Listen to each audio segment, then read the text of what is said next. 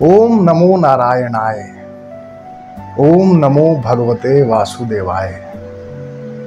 जय श्री हरि। आज की समुद्र मंथन की कथा शुरू करने से पहले हम सब इस जगत के सृजन, इसकी स्थिति और प्रलय के कारण और उन कारणों के भी कारण जगतपति परब्रह्म परमेश्वर श्री हरि के चरणों में हम अपना प्रेम निवेदन करते हैं। जब श्री विष्णु की प्रेरणा पाकर सभी देवता अमृत प्राप्ति के निमित्त हेतु समुद्र मंथन करने के लिए असुर राज बलि के पास पहुंचते हैं। बलि के दरबार के दैत्यों ने जब देवताओं को आते देखा तब उनकी वृत्ति उन देवताओं पर आक्रमण करने की हुई, परंतु राजा बलि को जब देवताओं के आने की सूचना मिली तो राजा बलि स्वयं पवित्र कीर्ति से संपन्न, अत्यंत विवेकशील और पराक्रमी राजा थे। वे असुर स्वभाव के प्रतीक होते हुए भी वे हम सब के भीतर उस अहंता तत्व के प्रतिनिधित्व करता है जो बलपूर्वक हमें आत्मबोध की दिशा में, आत्म विकास की दिशा में ले जाने के लिए प्रेरित करती रहती है। अपनी आसुरी वृत्तियां और अपने दैविक स्वभाव के मध्य धर्म और अधर्म की गहरी और विस्तृत समझ रखते हुए भी जो तत्व हमें बराबर परब्रह्म की ओर ले जाने को आतुर होता है, राजा बलि ऐसे ही अत्यंत दानशील, पराक्रमी और विरोध और संधि के अवसर को समझने वाले नीति कुशल राजा थे। वे विरोध और संधि के अवसर को पहचानते थे। उन्होंने देवताओं को ससम्मान अपने दरबार में बुलाया। इंद्र और बाकी देवताओं ने जब समुद्र मंथन का प्रस्ताव राजा बलि के समक्ष रखा तब राजा बलि के दरबार में उपस्थित दैत्य सेनापति अरिष्ट नेमि और वहां मौजूद बाकी के दैत्यों को भी यह योजना पसंद आई। यहां पर श्री हरि विष्णु का मार्गदर्शन, जो कि देवता और असुरों के बीच संधि करके किसी विशाल हेतु को साधने के लिए प्रेरित करता है, वह हमें यह बताता है कि वास्तव में हमारी इंद्रिय वृत्तियां, हमारा आत्मीय स्वभाव, हमारे भीतर की दिव्यता और हमारे भीतर के जो आसुरी तत्व हैं, जब जीवन ऊर्जा का मंथन होता है तो उसमें ये दोनों द्वंद्वात्मक शक्तियां परस्पर विरोधकारी नहीं है, क्योंकि किसी विराट हेतु को साधने के लिए हमें पूर्ण शक्ति की आवश्यकता होती है।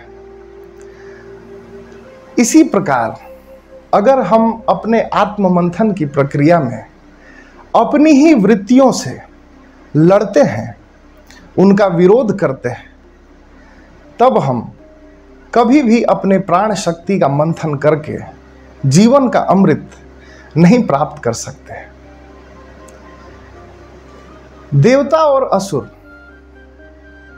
समुद्र मंथन के प्रस्ताव के लिए और उससे प्राप्त होने वाले जो भी रत्न हैं, जो भी अमृत तत्व है, उसके बंटवारे की शर्त पर दोनों पक्ष राजी होते हैं और समुद्र मंथन करने के लिए श्री विष्णु के द्वारा सुझाए गए मार्ग पर अर्थात मंदराचल पर्वत को ले जाने के लिए वे सब मंदराचल पर्वत के पास पहुंचते हैं। मंदराचल पर्वत की स्तुति करने के पश्चात, पर्वतराज से निवेदन करने के पश्चात, सभी असुरों ने और देवताओं ने अपने बाहुबल, अपने अहंकार और शक्ति के मद में उन्मत्त होकर वह विशाल मंदराचल पर्वत उखाड़ लिया और उसे समुद्र की ओर ले जाने लगे। परंतु इस क्रम में सभी देवता और असुर छत विछत हो गए। उस अत्यंत विशाल मंदराचल पर्वत के नीचे आ जाने से वे कराहने लगे, त्राही त्राही करने लगे। तब भगवान विष्णु स्वयं गरुड़ राज पर वहां पहुंचते हैं और मंदराचल को गरुड़ राज पर लाद कर उसे क्षीर सागर के उत्तरी तट पर मंथन करने के लिए पहुंचाते हैं। हम जब भी अपने जीवन में अस्तित्व के समुद्र का मंथन करते हैं, अपनी प्राण शक्ति से जब जीवन की गहराइयों का मंथन हम करते हैं, तो उसका जो भार है, क्योंकि कोई भी साधना विधि, कोई भी निमित्त, कोई भी साधन जो मंथन में उपयोगी हो और हमें आत्मविकास के मार्ग पर ले जाए, वह इतना विराट, इतना भीमकाय और इतना भारी हो सकता है कि हम अपनी संपूर्ण शक्ति के साथ भी यत्न करके भी उस ताप को, उस भार को और जीवन प्रक्रिया के मंथन से उत्पन्न होने वाले उस अत्यंत पीड़ाकारी कष्ट को संभालने में सक्षम नहीं हो पाते। तब श्री हरि ही तप के रूप में, स्थिरता के रूप में स्वयं साधन बनकर, क्योंकि इस जीव जगत का जितना भी प्रपंच है वह सब श्री हरि की माया से ही होता है।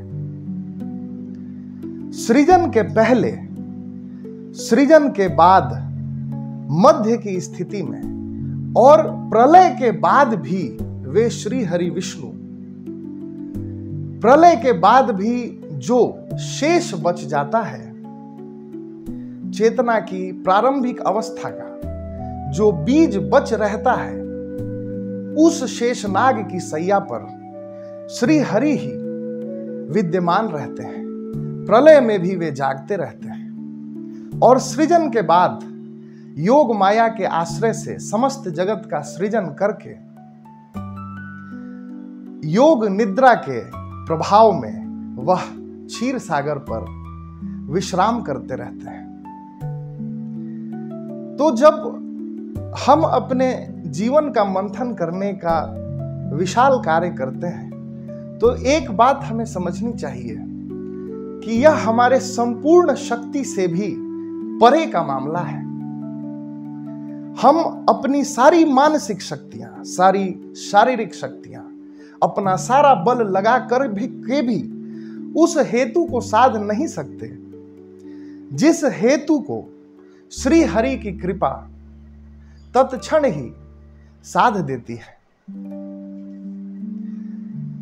जब यह घटना हो रही थी, उस समय भगवान विष्णु अपने अंश अवतार अजीत भगवान के रूप में उस समय मौजूद थे और देवताओं के मदद करने के निमित्त वह स्वयं समुद्र मंथन की प्रक्रिया में हिस्सा लेने वहां आ पहुंचे थे। जब मंदराचल पर्वत समुद्र के बीच ले आया गया, तब देवता और असुर उन्होंने वासुकी नाग को नेति बनाकर मंदराचल में उन्हें बांधा। तब स्वयं विष्णु के अवतार अजित भगवान मंथन करने के लिए वासुकी के मुख की ओर आकर के खड़े हो जाते हैं। सभी देवता उनका अनुसरण करते हैं। इस पर दैत्य सेनापतियों को आपत्ति होती है। वे कहते हैं कि क्या आपने हमें निकृष्ट समझ रखा है? हम क्या सांप का पूंछ पकड़ेंगे? क्योंकि सांप का पूंछ तो अशुभ अंग माना जाता है। हम सांप का पूंछ नहीं पकड़ेंगे। ऐसा सुनकर भगवान अजित एक लीलामयी मुस्कान के साथ वासुकी के पूंछ की ओर आ जाते हैं। सभी देवता उनका अनुसरण करते हुए वासुकी की पूंछ पकड़ लेते हैं और सारे देवता, सारे असुर वासुकी के मुख की ओर लगकर समुद्र मंथन करने के लिए उद्यत होते हैं। हमें यहां पर एक चीज समझना आवश्यक है कि अपनी ही कुंठा के कारण, लोभ और असुरक्षा की भावना के कारण कई बार हमें श्री हरि की कृपा से जीवन में जो प्राप्त होता है, जो अवसर, जो मार्ग, कई बार हम उनका अनादर करते हैं। हमें लगता है कि हम अपने लिए श्रेयस्कर मार्ग का चयन कर रहे हैं, लेकिन श्री हरि पर निष्ठा से ज्यादा अपनी बुद्धि पर भरोसा करना कई बार हमें अत्यंत कष्ट और ताप में पहुंचाता है। हम सब श्रेष्ठ चीजें पाने को उत्सुक होते हैं, निकृष्ट चीजें कोई नहीं पाना चाहता। परंतु हमें यह समझना आवश्यक है कि श्री हरि श्रेष्ठ, निकृष्ट, आदि, अंत, बाहर, भीतर, अच्छा, बुरा, इन सब से परे हैं। और वे हमारे जीवन में जो भी परिस्थिति, जो भी परीक्षा, जो भी चुनौती लाते हैं, हमें उसका संपूर्ण समर्पण के साथ उसे स्वीकार करना चाहिए। अन्यथा हम आप ही अपने निर्णयों से चलते हुए कष्ट के भागी बन सकते हैं। यहां पर असुरों द्वारा वासुकी के मुख को पकड़ना एक चीज को और बताता है कि हमारे भीतर की जो आसुरी वृत्तियां हैं, वे मुखरता में, प्रदर्शन में ज्यादा रत होती हैं। उन्हें दिखावा करना, श्रेय लेना, ये पसंद होता है। इसके विपरीत जो हमारे आत्मा की जो दैवीय वृत्तियां हैं, वो हमेशा अत्यंत गूढ़, मौन और निवृत्त मार्गों का चयन करते हैं।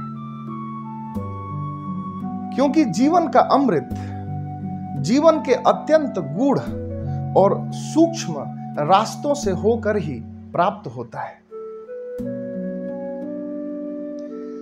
इतना सब होने के पश्चात अब देवता और असुर और देवताओं का प्रतिनिधित्व करते हुए भगवान विष्णु अजित रूप में स्वयं समुद्र मंथन करना शुरू करते हैं और वासुकी नाग की नेति को मंथन की प्रक्रिया में हिलाया डुलाया जाना आरंभ किया जाता है।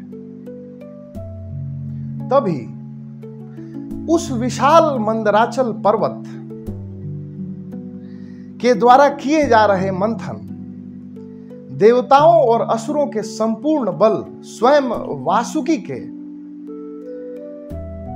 द्वारा टांगे रहने के बावजूद, चूंकि चेतना का, जीवन समुद्र का क्षीर सागर जो अनंत है, जिसकी गहराई की कोई थाह नहीं है, उसमें वह धुरी, वह केंद्र आधारहीन होने के कारण डूबने लगता है। सारे देवता और असुर त्राही त्राही करने लगते हैं। जब वह मंदराचल अपने भारी वेग से डूब रहा था तो ऐसा लग रहा था कि मानो सारी सृष्टि, सारे देवता असुर सब उसके साथ उस सागर में समाहित हो जाएंगे। भयभीत होकर लोगों ने पालनहार विष्णु की फिर से स्तुति की। विष्णु ने परिस्थिति को समझते हुए एक अत्यंत विशाल और विचित्र भगवान आदि कच्छप के रूप में वे अवतरित हुए।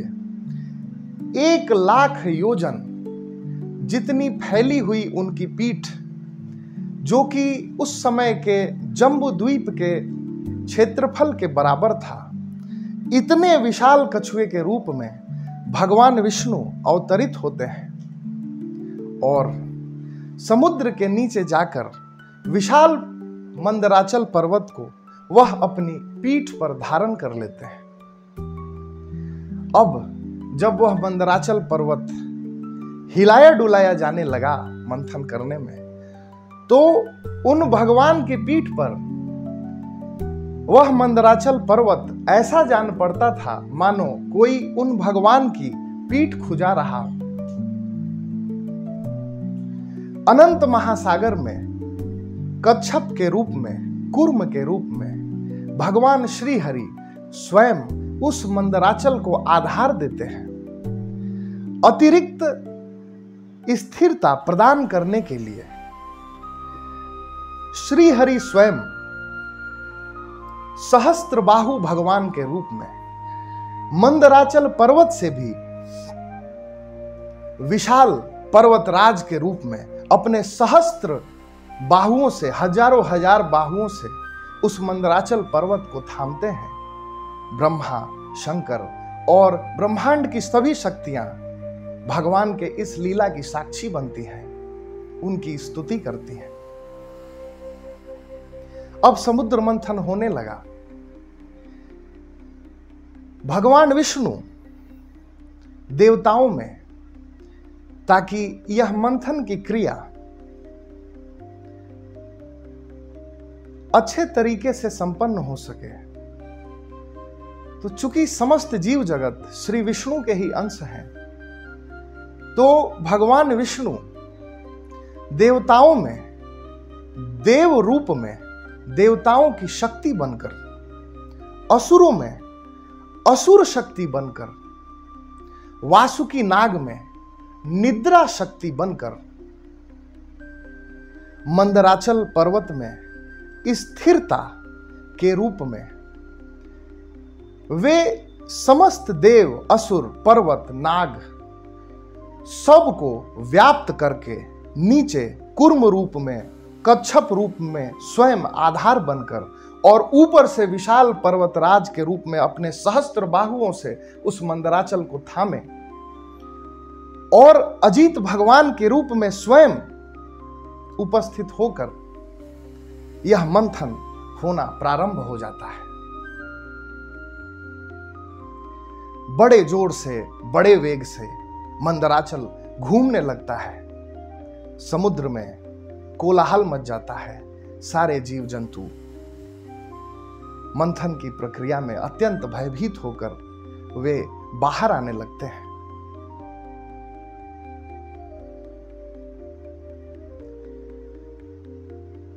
यह संपूर्ण जगत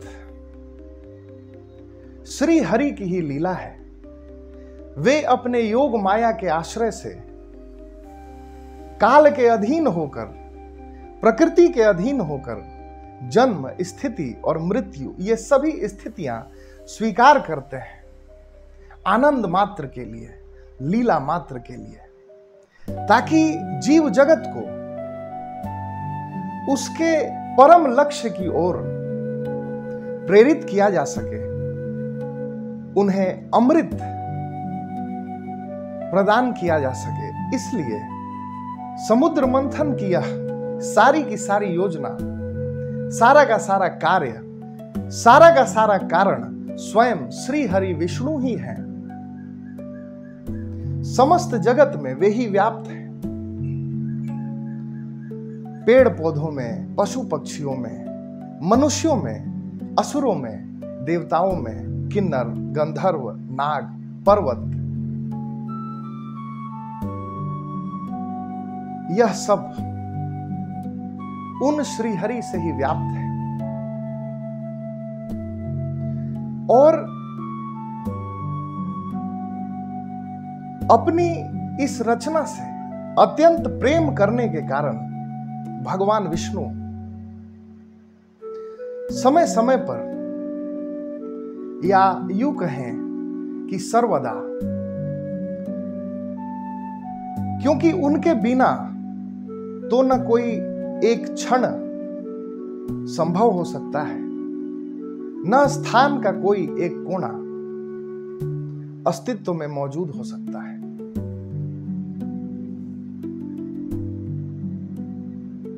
समुद्र मंथन से प्राप्त होने वाले सारे रत्न और सारे अमृत तो ये सारे जीव जगत को मिलेंगे, देवता और असुर बांटेंगे, लेकिन इन सब के हेतु उसके हंता और उसके कर्ता और उसके कारण स्वयं विष्णु हैं।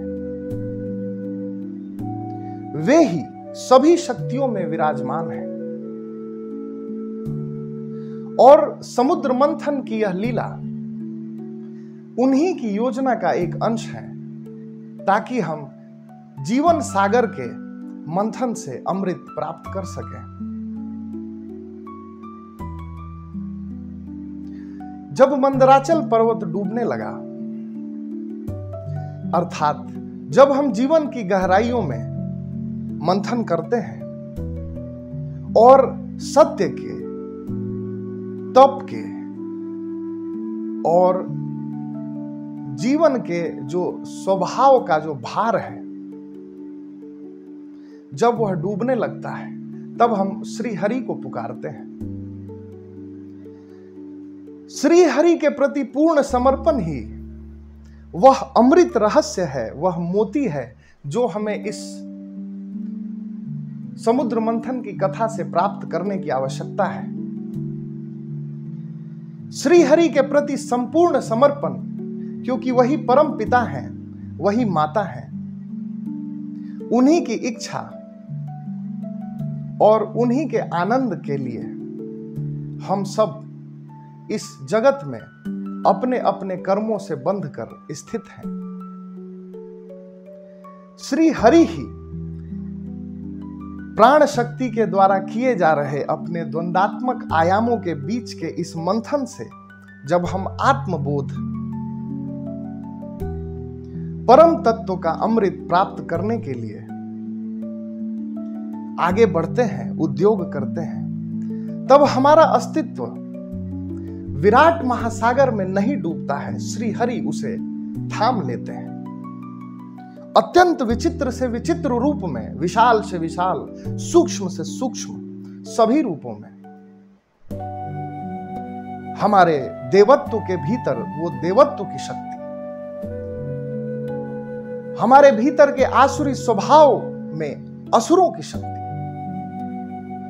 हमारे प्राण शक्ति में, ताकि उसे कम से कम कष्ट हो, निद्रा के रूप में हमारे साधना, तप और स्थिरता के उस संकल्प पर्वत पर स्वयं दृढ़ वज्र के रूप में, और हमारे मन में तथा हमारे बाह्य संसार में सहस्त्र रूपों में, हजार हजार रूपों में वे सहायता की हाथें बढ़ाते हैं। जब भी हम कष्ट में हमारा चित्त डूबने लगता है, निराश होने लगता है, टूटने लगता है, बिखरने लगता है इस जीवन संघर्ष के मंथन में, तो वह हमारे मन के भीतर प्रेरणा बनकर, शक्ति बनकर तथा बाह्य रूप में भी अनेक हेतुओं के माध्यम से वे ही हमारे इस जीवन की नैया को संभालने वाले, आधार देने वाले और उसको गति देने वाले होते हैं। अतः हम सब इस समुद्र मंथन की कथा के माध्यम से अपने जीवन में आत्मबोध का अमृत प्राप्त कर सके, उसके लिए उन राजाओं के राजा जो रंगराजन भी हैं, यह जगत हजारों लाखों राजाओं से परिचित है।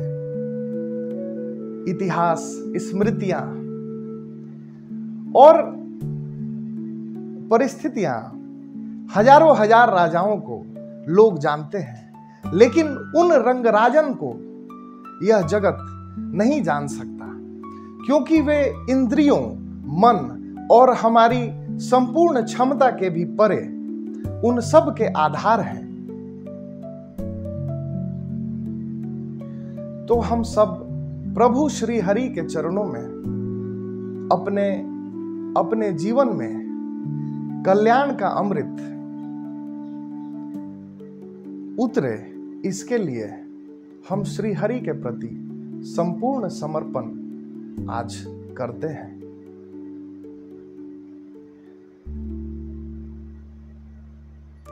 इस प्रक्रिया में एक और बात हमें समझनी चाहिए कि जब समुद्र मंथन अपने पूरे वेग से होने लगा, समुद्र में जब कोलाहल मच गया, सारे जीव जब अस्त व्यस्त होने लगे, बाहर आने लगे, तब प्राण शक्ति रूपी उस वासुकी के मुख से और उसके शरीर से अत्यंत तेज ताप, विष, गर्म हवाएं, झुलसा देने वाली आग और इतना विराट उद्यम करने के कारण असुर और देवता, इन सब की स्थिति अस्त व्यस्त हो गई। वे सब अपना अपना होश खोने लगे। सबको विष्णु का सहारा था, सब में विष्णु ही व्याप्त थे, विद्यमान थे। इसका मतलब यह है कि जो चुनौतियां हैं, जो जीवन का ताप है, जो संघर्ष है, हमें उसके लिए यह उम्मीद नहीं करनी चाहिए कि वह सीमित है। असीमित मात्रा में, अनगिनत मार्गों से हमारे जीवन में अत्यंत परीक्षा पूर्ण घड़ियां आ सकती हैं। जब हम अपने पूर्ण उद्योग और वेग से जब हम मंथन कर रहे होते हैं या अपने लक्ष्य की ओर बढ़ते हैं, तो वही वह क्षण होता है जब हमारी प्राण शक्ति, हमारी शारीरिक, मानसिक शक्ति और हमारा आत्मबल जवाब देने लगता है। हमें लगता है कि अब यह हमसे संभव नहीं है, पर श्री हरि की प्रेरणा से मेघ उस ताप को हरने के लिए बरसात कराते हैं, बारिश होती है, हवाएं समुद्र के सतह को छूकर शीतल होकर बहने लगती हैं और देवता और असुरों को उस ताप से, उस थकान से थोड़ी राहत देते हैं। और जब उसके बाद भी समुद्र मंथन जब अपने अंतिम चरण में होता है, जब इतने आयोजनों के बाद भी यह दुष्कर प्रक्रिया लगता है कि अब यह हो ही नहीं पाएगा, सारे असुर और देवता थक कर, चूर होकर अस्त व्यस्त हो जाते हैं और लगभग हार मानने ही वाले होते हैं, तब वे भगवान अजीत स्वयं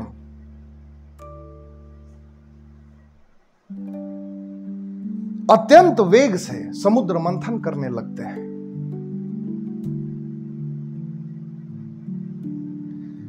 भगवान अजीत, अजीत का अर्थ है जिसे जीता न जा सके, जिसे हराया न जा सके।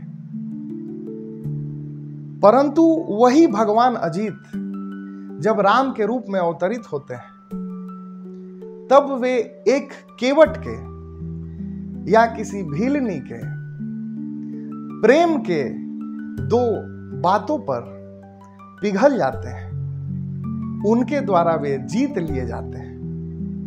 अर्थात वे भगवान अजीत पराक्रम से, शक्ति से, बाहुबल से, जिद से, अहंकार और मद से वे प्राप्त नहीं किए जा सकते, क्योंकि वे अजीत हैं।